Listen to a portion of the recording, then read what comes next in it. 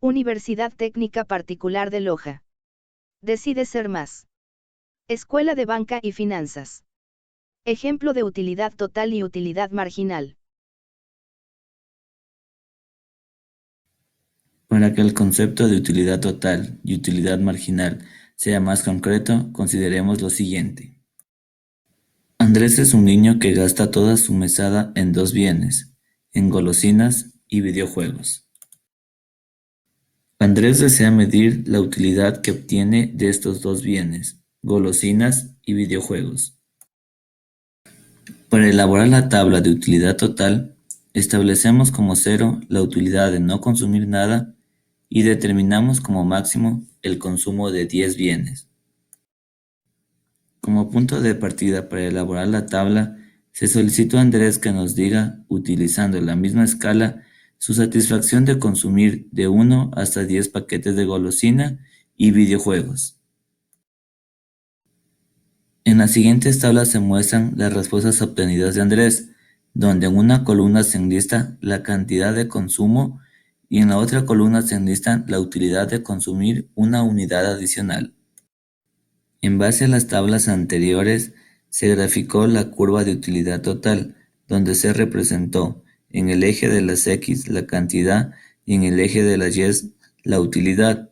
Como podemos observar, existe una relación directa: a mayor consumo, mayor utilidad total. En base a las gráficas que anteriormente revisamos, se determina lo siguiente. La utilidad total es el beneficio total que Andrés obtiene del consumo de golosinas y videojuegos. La utilidad depende del nivel de consumo. La utilidad de videojuegos aumenta con más lentitud que la utilidad de golosinas. Continuaremos definiendo el segundo concepto, que es la utilidad marginal. Ahora Andrés desea medir el cambio de la utilidad total que proviene en aumentar el consumo de los bienes, es decir, calcularemos la utilidad marginal. Para el cálculo de utilidad marginal de golosinas y videojuegos, se elaboró dos tablas que nos muestran las diferencias que existen en la utilidad total al consumir una unidad adicional de cada bien.